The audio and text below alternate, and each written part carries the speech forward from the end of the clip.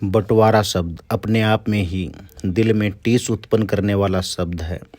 बंटवारा चाहे दो भाइयों के मध्य हो, दो टीमों के मध्य हो या फिर दो देशों के मध्य हो, यह सदा के लिए नफरत के बीज बो देता है। जी हाँ दोस्तों, यहाँ हम बात कर रहे हैं पिछली सदी में हुए संसार के सबसे बड़े बंटवारे की। इस बंटवारे में 40 करोड़ भारतीयों का संयुक्त परिवार टूटने जा रहा था और उसके साथ ही कई शताब्दियों तक धरती के एक ही टुकड़े पर रहकर उन्होंने जो कुछ जुटाया था, उनके पास घर का जो भी सामान था, वह सब बंटने और बिखरने जा रहा था। इस बंटवारे की जिम्मेवारी उन दो लोगों को सौंपी गई जो एक तरह से संबंध विच्छेद के मुकदमों में दोनों पक्षों के वकीलों की हैसियत रखते थे। दोनों ही बहुत अनुभवी अधिकारी थे। उनमें से एक हिंदू था और दूसरा मुसलमान। जून से अगस्त तक प्रतिदिन चौधरी मोहम्मद अली जो मुसलमान थे और H.M. पटेल नामक हिंदू अपने देशवासियों के धन संपत्ति और बर्तन भांडों के विभाजन का हिसाब लगाने में जूझते रहे। सबसे बड़ा व्यंग तो यह था कि उन्होंने भारत पाकिस्तान का बंटवारा करने का कार्य अपने पुराने मालिकों की भाषा अंग्रेजी में किया। शुरू में ही कांग्रेस ने सबसे बहुमूल्य संपत्ति अपने हिस्से में मांगी और वो क्या था? इस देश का नाम भारत।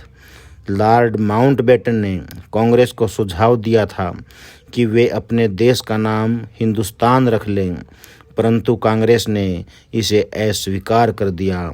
कांग्रेस ने इस बात पर आग्रह किया कि पाकिस्तान चूंकि भारत से अलग होकर बना है, या फिर आप कहें कि भारत से अलग होकर जा रहा है, इसलिए इस देश का नाम जो भारत है उसके असली हकदार वे लोग ही हैं। यानी कि पाकिस्तान जब अलग बन गया तो वो भारत से अलग हुआ है, तो इस कारण से भारत नाम के असली अधिकारी कांग्रेस यानी कि भारत के लोग ही हैं। जैसा कि विभाजन के अधिकतर मामलों में होता है, दोनों पक्षों के बीच सबसे अधिक झगड़ा धन को लेकर हुआ। दोनों देशों को आज़ाद करते समय अंग्रेज़ों ने 5 अरब डॉलर का कर्ज हम पर थोपा था। इसे कौन चुकाएगा, इस बात पर भी जोरदार बहस हुई। इसके अलावा नगद धन का विभाजन करना था। जो नगद पैसा था उसका भी बंटवारा दोनों के बीच करना था। सरकारी बैंकों में जो नगद पैसा था, रिजर्व बैंक के तहखानों में सोने की जो ईंटें थी, उन सब का विभाजन होना था। एक एक मैले फटे हुए नोट का देश के अलग अलग भागों में रखे हुए एक एक डाक टिकट का बंटवारा किया जाना था।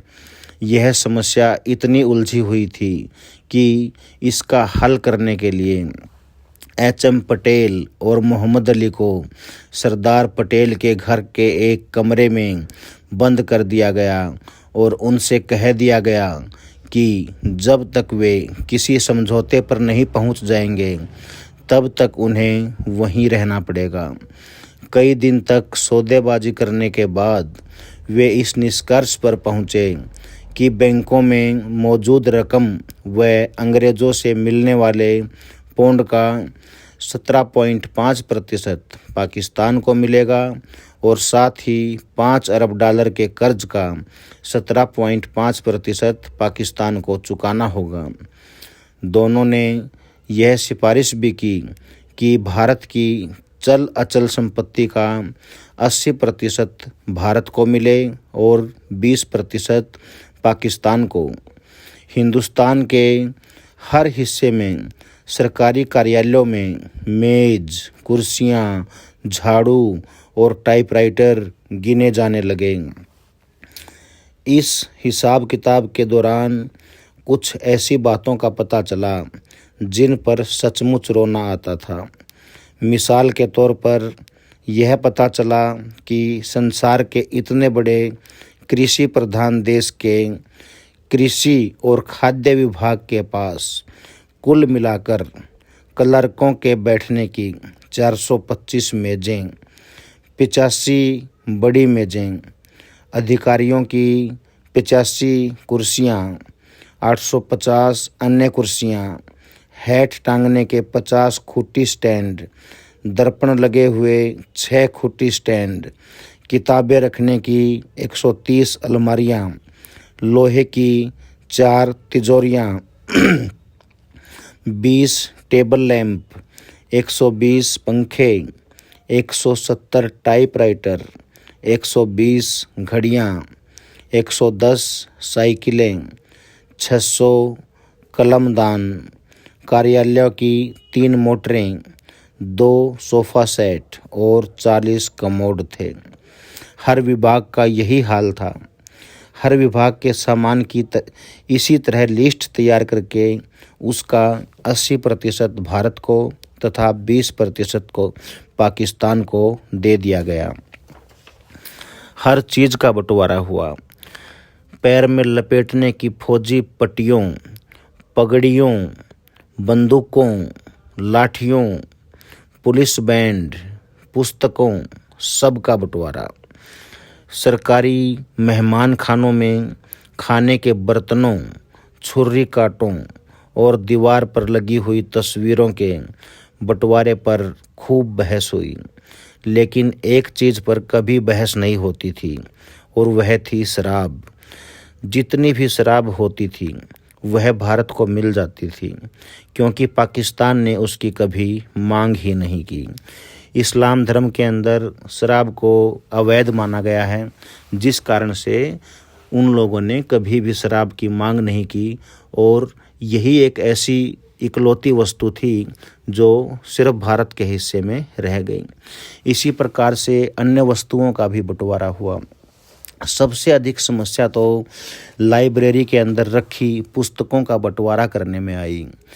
जिस किसी पुस्तक की सिर्फ एक ही प्रति थी तो उसके लिए यह पता लगाने की कोशिश की जाती कि यह किसको देना ज़्यादा उपयुक्त होगा, कौन इस पुस्तक का असली हकदार है।